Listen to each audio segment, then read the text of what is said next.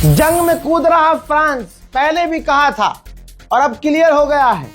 France के राष्ट्रपति Emmanuel Macron ने कहा कि हम 8 युद्धपोत, 2 हेलीकॉप्टर कैरियर और उसके अलावा 1 एयरक्राफ्ट कैरियर मिडिल ईस्ट में अरब सी के अंदर भेजने वाले हैं, मिडिल ईस्ट में तैनात करने वाले हैं ताकि डिफेंसिव ऑपरेशन शुरू कर सकें। जो अरब देशों पर हमले हो रहे हैं हम अपने एयरक्राफ्ट कैरियर से उन्हें रोक सकें। सीधी बात है, अरब को अमेरिका नहीं बचा पा रहा है तो यहां अमेरिका हार गया, बुरी तरह से पिट रहा है।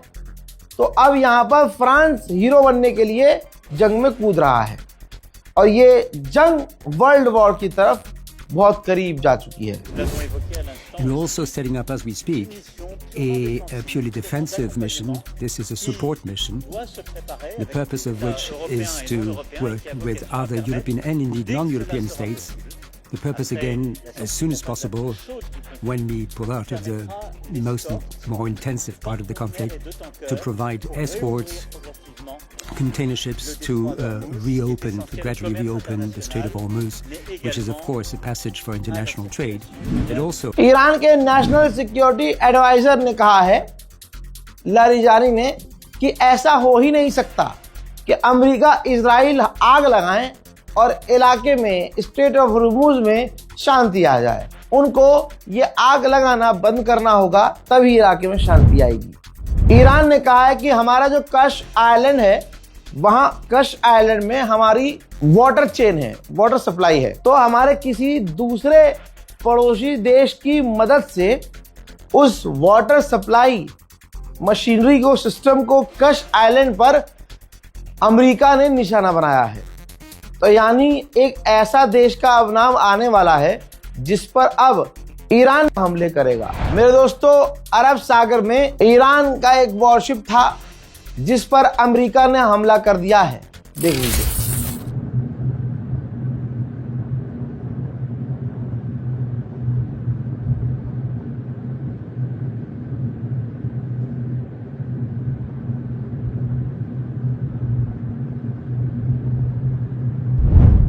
यूएई ने ऐलान किया है कि हमारे 2 सैनिक हेलीकॉप्टर क्रैश में मारे गए हैं।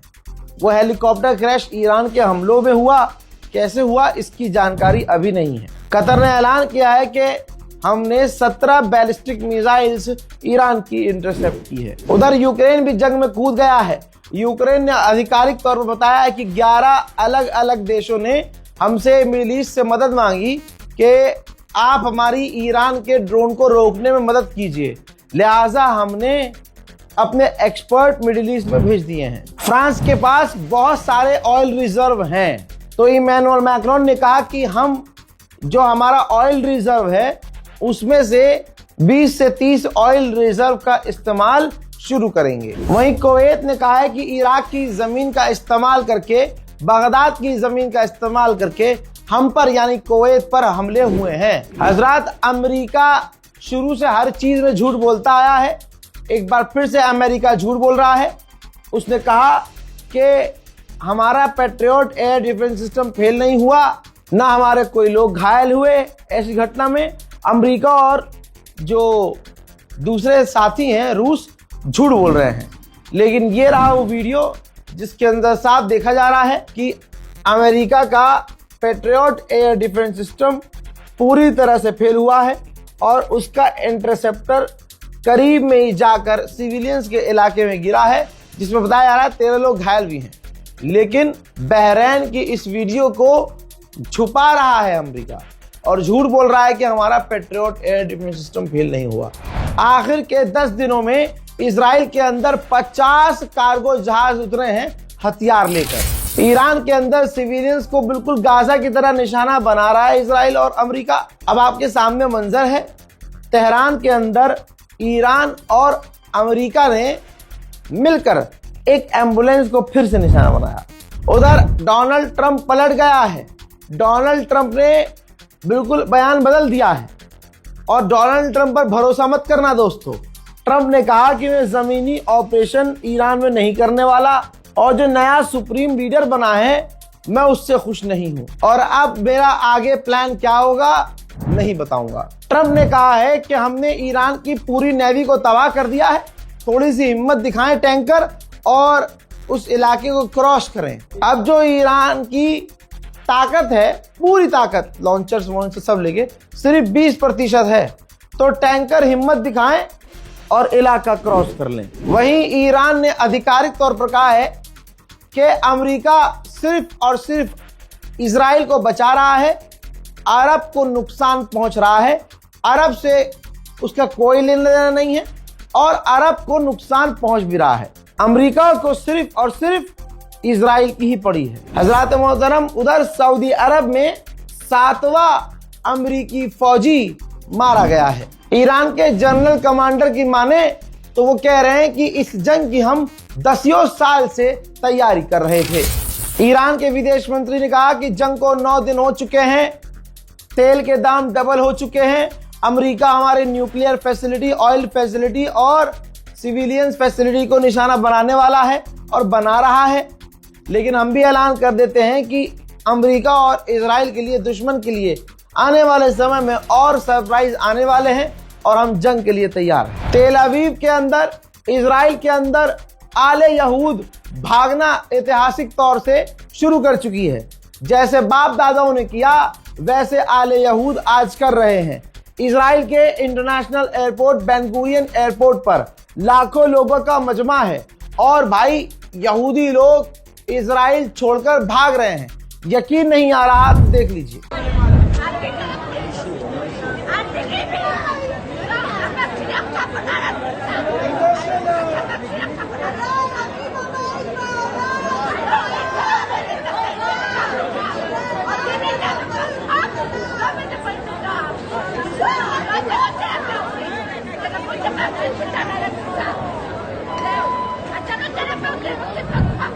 सऊदी अरब में अमेरिका के कई सारे मिलिट्री बेस हैं।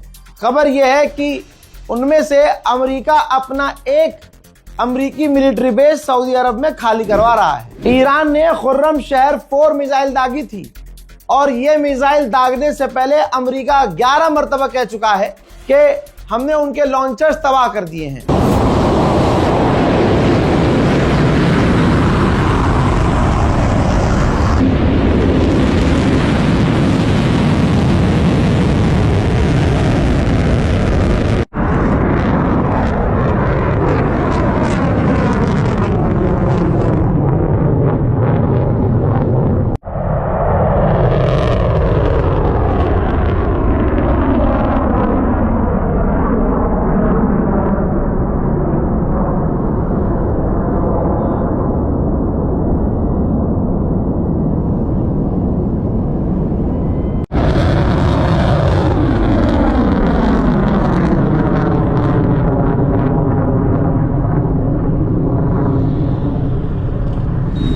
उधर ईरान के अंदर 1% भी गवर्नमेंट के खिलाफ प्रदर्शन नहीं हो रहे हैं, बल्कि इधर बमबारी हो रही है और उधर प्रदर्शन हो रहे हैं। ईरान के समर्थन में हो रहे हैं। ईरान के सुप्रीम लीडर और अब उनके बेटे जो लीडर बने हैं, सुप्रीम लीडर मुश्तबा खामनाई, उनके सपोर्ट में प्रदर्शन चल रहे हैं। देख लो।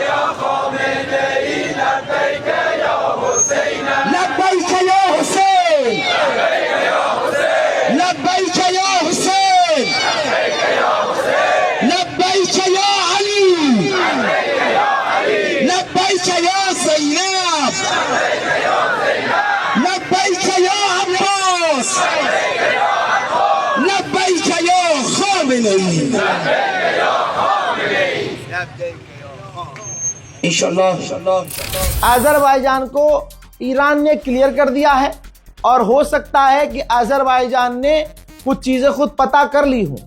अब अजरबैजान गर्म नहीं हो रहा है, फड़फड़ा नहीं रहा है, यहां तक कि उसने ईरान से जो अपना बॉर्डर बंद किया हुआ था वो बॉर्डर खोल दिया है। जो बरतानिया अभी कल तक युद्धपोत भेज रहा था, जो बरतानिया ईरान को जवाब देने की बात कर रहा था, जो बरतानिया ईरान पर हमले करने की बात कर रहा था, अमेरिका को खुश करने के लिए बड़ी बड़ी बातें कर रहा था, अब बरतानिया के प्रधानमंत्री ने देख लिया भाई ईरान बहुत मार रहा है, तो इन्होंने कह दिया कि डी एस्केलेशन पर बात करनी चाहिए। ब्रिटेन के प्रधानमंत्री ने कहा कि जंग खत्म करने के लिए, तनाव खत्म करने के लिए हमें बात करनी चाहिए। उधर अमेरिका के राष्ट्रपति गुलाबी जानवर, गुलाबी सुअर डोनाल्ड ट्रंप ने 3 दिन पहले कहा था कि हमने ईरान के मिसाइल लॉन्चर तबाह कर दिए हैं, उसकी मिसाइल कैपेबिलिटी तबाह हो चुकी है, अब वो हार रहा है, उसके पास कुछ नहीं है, लॉन्च मिसाइल कर नहीं पा रहा है। हजरात, मान लिया कि नहीं लॉन्च कर पा रहा है, लेकिन जितनी लॉन्च कर पा रहा है वो भी इन लोगों से नहीं झिल रही है। इजराइल में फिर से ईरान की 2-4 मिसाइलें जाकर गिरी हैं और जो तबाही मची है देखिए।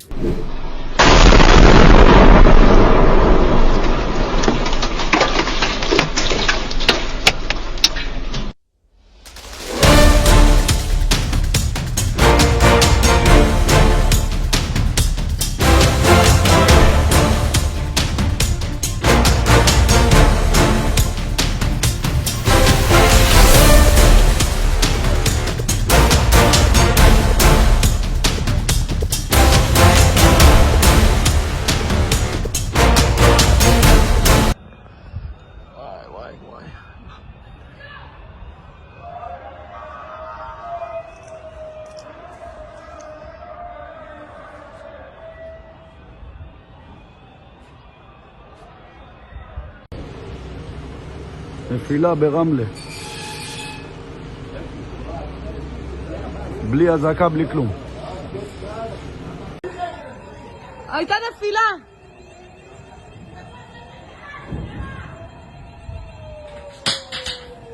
הנה, תראו מה הולך, פגעו פה איך קוראים לזה? בצלחות.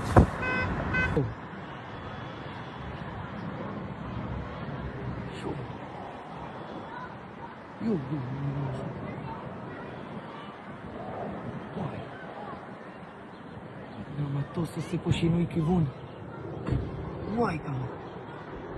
הנה עוד אחד. תראה כמה. הייתה נפילה.